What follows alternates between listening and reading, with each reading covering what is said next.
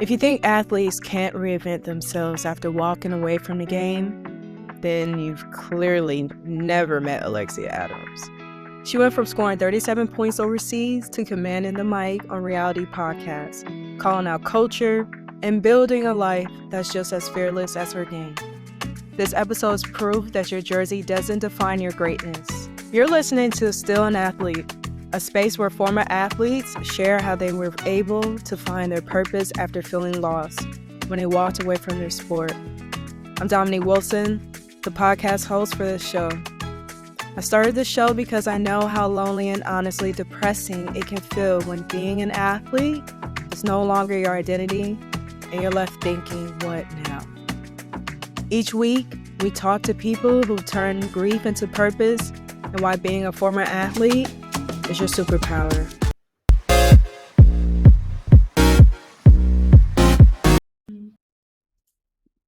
Okay, what's up, Alexia? Thank you for taking the time for the podcast. Well, this is, when I tell you this is a busy woman right here, but you all about your business, so thank you. You are like walking, talking masterclass in reinvention because like you lit up the court, you were successful there. You 3-on-3 FIBA tournament, right? And then you just have like so many businesses. You got into like the reality world, and now you're an entrepreneur. So can you just like share your journey from playing basketball internationally and in the States, of course, and then to entering the world of like reality TV entrepreneurship? Yeah. This chair is bothering me. Hold on. Okay. It bothers me. Okay. Basically, I went to McEachern.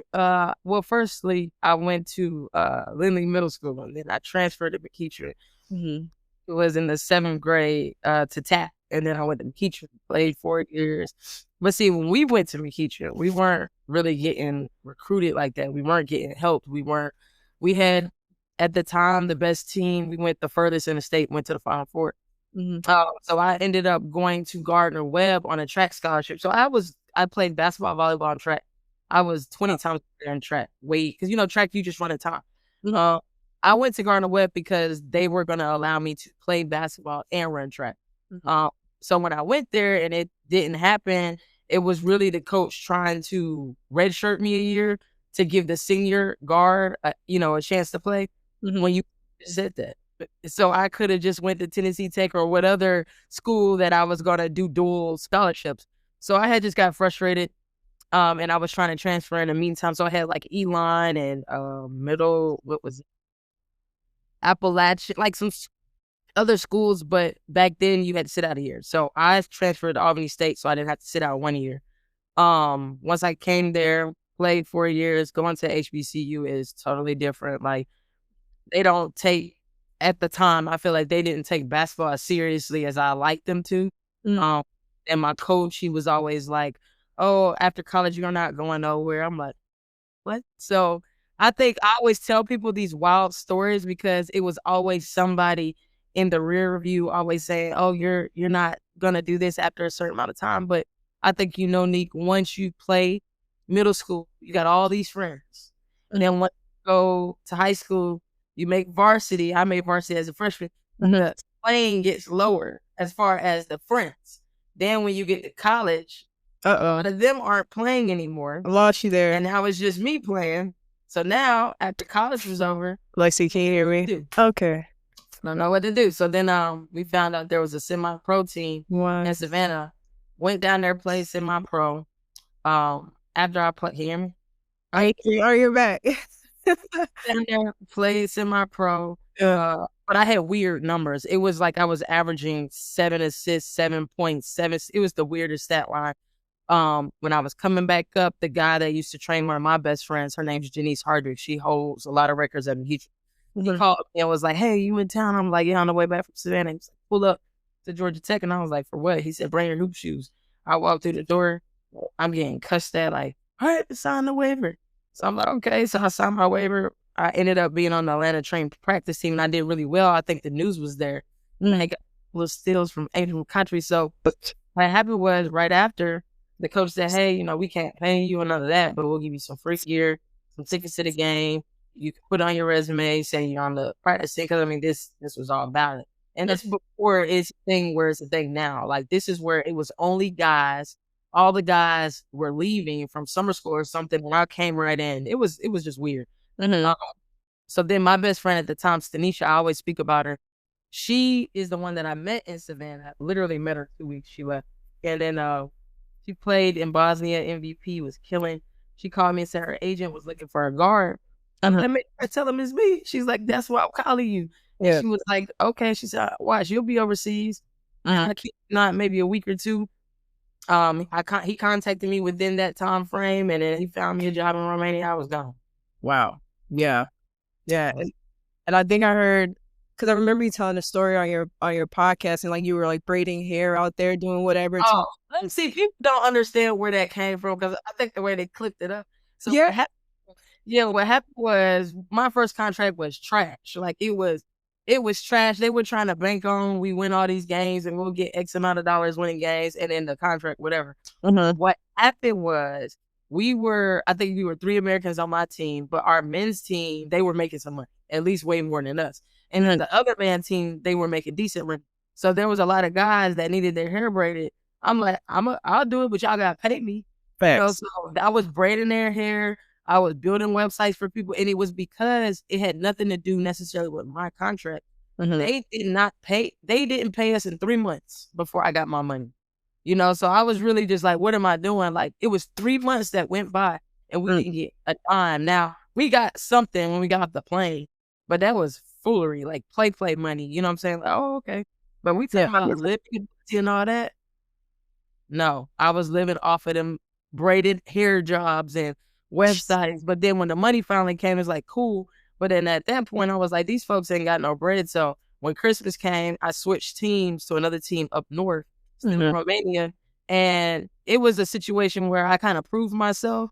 And then after that, contracts came. I started making package deals. I started getting all my friends who were trying to find somewhere to play. Even if they went to Auburn or big schools, they just didn't know what to do. So I was like, I'm about to be the plug. Because when I was out there, I was talking, I was playing, I was hooping, I was doing well, but I was also making connections, and I do that anyway.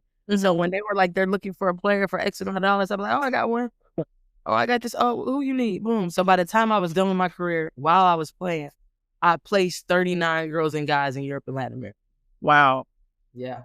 That's awesome. And it seemed like you always help out someone else. Is it because like other people helped you while you were trying to figure out your footing in basketball? Like, your friend called you for a lot of dreams, and then your friend called you for, I think you said Romania, right? Was the country? That's the same person. I think what it was is the type of person I'd grown to be from going to McEachern. I felt like I wasn't helped out. I felt like that I always had to figure it out, and people don't think like me, because nobody can't tell me though. Yeah. I wasn't good enough because I had schools. I had Division I, I had Division II, I had basketball, volleyball, track. I had big schools for track, Georgia, Clemson. But I think it was more so of, I just don't like somebody telling somebody that they can't do something, because my family has always instilled to me, can't nobody tell you you can't do something. And I remember when I was trying to get my passport, I'll never forget this. I was trying to get my passport. I was broke in high school. I remember my grandpa, and that's why those are my best friends. My grandpa, my dad, he passed away. My grandpa did in 2010. But I remember he took all the money he had to go take me to go get my passport, to go get the face taken, and go do all these things, because it was more detailed back then. Now it's a click of a button and all this. But I remember even when I wanted a cell phone, he took whatever he had to go get me a cell phone, because I didn't really get a cell phone in high school till the 10th grade. But now these days, kids walking around in middle school with cell phones. I just think that, I don't know, that's a good question. Ain't nobody never asked me that question. I just think it's me being a good person. Yeah. And I always felt satisfaction and gratitude when I saw somebody accomplish something that they didn't even know they could do, maybe. Yeah. So, yeah. Yeah. And do you think your like athletic mindset and your mindset you already have helps you in your everyday life and like in your businesses right now? Sure. We're percenters. It's a lot of people that's not even getting overseas, let alone, you know, that it's 3 to 4 Americans on each team. Some teams, countries where I was the only American, and I was aggravated. Then once I started to see there is a path here that people need help both ways. Because some managements, they have the bread and some don't. And some only want to spend an X amount on this type of player. Well, I got every type of player you need, who you need, what you need, how much you trying to spend. You don't know this, but I used to come home in the summer, and it was actually when you played, me and this tall guy named Chris Ellis, we used to go up into McEachern like early in the mornings and work out. And I remember it was you and Tay, and I remember that. And I was like, who these little young kids? And then one girl walked up to, or said something. And when I told her, hey, she was like, because I was like 10 years older than her. But it's so funny that from where McEachern was, because McEachern was powerhouse track. McEachern powerhouse men's basketball, John Smith, all of them. McEachern girls was always powerhouse. We just never won state. We won every year. Like every year. And then when we lose, it would be either the first round or the second round of probably the second round of playoffs. Until my senior year, we went to the Final Four. And to be transparent, we probably could have went to championship. At the time, Phoebe Smith was our best post player. She was pregnant. And we didn't know until after the game. I was like, man, why is this girl in foul trouble? But it is what it is. I think that how McEachern has elevated and seen reasons and seen like y'all had a lot of help. And I don't mean it like in a way. I like when some of the players that played when I played, like Deidre Jones and them, and I break some stuff, records. And when I look up and I don't even see their jersey, it's kind of crazy. And I look up because you're good. I see your jersey. I see another girl's jersey. I'm like, our class did numbers too. Like, where is it at? But I just see the dynamic. It seemed like when y'all came in, y'all had a vision. Y'all coach let y'all have a vision. Like, our coach wasn't doing all that. Like, our coach, I hate to say it like this, she was white. It's like she started the white girls. I just hate to say it like that, but it's like that's what happened. And then they would start, but we would come right in and play. And the only person who started was Janice. Like, that was the best player probably to ever come from teacher. And then I think it changed later. It changed. Like, she started starting some of us. She started boom. I didn't really start until my senior year, but I always played heavy minutes. And it would be like, okay, Alexia, you're guarding Shaquela. I'm like, and this is me as a freshman. Guarding Shaquela. I'm not starting. Why are you telling me this? Shaquela's their best player. I'm the best defensive player. So really, once those 2 minutes walk off the clock, go in, go get, and I'm just like, I think that whole thing has always shifted my mindset about how people are, how the business is, and then you started to learn when you're overseas, certain Europeans have to play a certain amount of time, and I think I've dealt with that my whole life, and I don't know, something like that. Yeah, and would you say like those challenges were the reason that redefined like how you identify yourself? As an entrepreneur, and I just want to add, you're right. At McEachern, when I played, we did have like a family because we had trainers that would come to our practices and then train us after practice. And then you've seen us, like we'll be in the morning before school started working out. Like we did have like this little family, but everyone had the same goal. And we just got together and we knew that we had to gel as a team in order to bring McEachern their first championship. Because I remember being in middle school, I would come to the games, I would watch, the varsity girls play, and I always knew McEachern was great at track, really good at football. The men's team was great. The women were great. They just, wasn't winning. That's the thing. We were like that.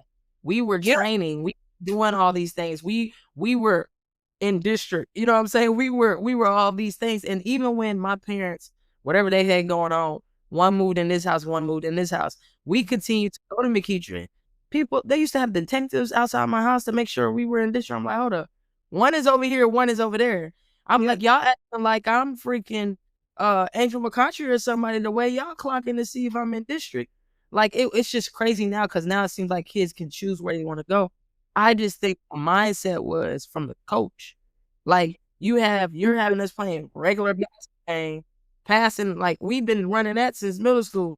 And when I see, because y'all were coached by Coach Arthur, so when I played, we used to run through them. She coached coached at Pebblebrook, we used to run through Coach Arthur's team.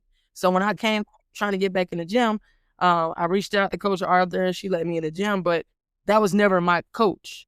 You know what I'm saying? So I would see some of the games. I'm like, that's not my coach. So it was different. But at the same time, she allowed me to get in the gym. She didn't have to do that. And I just every time just watch the game, like, man, we supposed to been had a ring up here. We supposed to, because everybody went somewhere. Janice went to Georgia. Deidre had like some big schools, but chose FAMU because of her education. Like, we were smart. Like, it was just strange. Yeah. Like, and shout out to Coach Arthur, because she's big on just helping athletes. Like, she has a giving heart for real. So your platforms, like, how do you see yourself using your platform to influence young athletes and aspiring entrepreneurs? I think at one point I did for a long time, but once you get out of basketball, you just kind of out of it. Like, I would come home, have camps at McEachern. I would always there were guys who were putting clinics together. I would always bring in people and send their films. That, like I said, that's how I got a lot of people placed. I think now more so in my platform is just telling my story, because a lot of people don't have a lot of information that I wish I would have had when I was younger. And I feel like to be able to have the Reality Table podcast, we just had a live. That's why I was so messed up with time, but we filmed 4 episodes on Wednesday. I was beat. We had a live on Thursday, and it went really well. But to have those type of people in the room, I had Shannon Brown, 2-time NBA, Josh Powell, 2-time NBA champ, both played with the Lakers. Stevie Baggs played in the NFL moderator for 10 years. Tanisha Graham, the girl who got me overseas, was there, played overseas 10 years. Another guy, Kenny Gaines, went to Georgia. She went to Texas Tech. Like, they all went to these big schools. Yeah. You got little old me who went to Albany State and finished. Stevie went to Bethune. You got Shannon Brown who went to Michigan State. Josh Powell went to NC State. Tanisha went to Texas Tech. Kenny went to UGA. But we all had our own story that kind of brought us all together. Yeah. I think people really start telling their story, because everybody's story is so different. Like, I'm a 1%er of people who really went overseas. I'm the first girl at Albany State who ever went overseas. I'm the first girl at McEachern to ever go overseas. People don't know that. You know, I laid a roadmap that obviously a lot of people don't know, but it was still a roadmap. Telling my story, being able to play on a professional level. And I think, you know, when you finally get paid to do something you love, I don't care the amount it is, it's a game now. Yeah. Like, for me, it didn't become fun anymore. It was more so, man, let me just get this money and go on about my business. But at the same time, it wasn't, the fun of it came out of it. It was a job. Even college, it becomes a job, but it was still fun. I got overseas after the first 2 years, maybe 3. It wasn't fun for me no more. So then my last 3 years is more so me just still playing, but still trying to figure out what am I going to do after this? And then I was like, look, all my friends are getting married. All my friends are having kids. Not saying like that's supposed to be for me, but I passed up a lot of situations to keep trying to live this life that financially is just not there, you know? And for us, we can live that life because we're not paying for rent. We're not paying for transportation. All of that's paid for. Everything you're pretty much making over there, you're just really stacking. No matter what your contract is. But I think for me, I just always wanted more. And even when I was playing, I was in MLM making an extra $5,000 a month doing that. You know, so I'm living this type of life because of how I choose to live. But at the same time, you would have thought I was LeBron over there, the way to us and the way they took care of us. And I think it's a phase and a season. I think the best thing anybody could do is tell their story, because a lot of people don't know what to do after basketball. Like, you need to figure it out. Everybody doesn't get to be an actress. You know, I tried that for a little bit, and I was good at it actually, because they liked the camera on me. But I didn't have patience to keep waiting on these jobs. Like, I need some money now. I got bills to pay. So I go to the next thing, which is why I went into sales. And anybody knows the money's in sales. And I would do acting on the side here and there. But when I really saw my purpose was to help people, no matter what that looks like, whether it be playing somewhere, whether it be just guiding them, mentoring them, counseling them, I started to see that, you know, basketball has always been a vessel for me to move forward, but it's also been the blueprint to help me figure out my life now. Like, I treat my life like basketball, and it sounds so nuts, but I tell people when they make jokes, I say my life is basketball. Like, if you can't play with me, I was a point guard. I was a combo guard. So if it don't go a certain way, or if I don't feel like I can trust you to make the assist, I'm not passing it that way. You know, you have to have that discipline. Like, and being a woman in business, you have to understand a lot of people will try to run over you, especially in sales, because you're a woman. So now you're back to being that aggressive point guard. Like, you're walking on the court like masculine, but you're doing that to protect who you are and for them to respect you. That goes in the business world, especially. I was the only Black woman in my field. Alexia lost you again. 7 years that was making the type of sales I was making. Okay. So, think you froze on me. You there? You there, Nate? Oh, I think he was going in wrong. Yeah, I was the only person at my corporate job for 7 years that was making the type of sales I was making. I was selling $50,000 worth of advertisement a month. Wow. Yeah.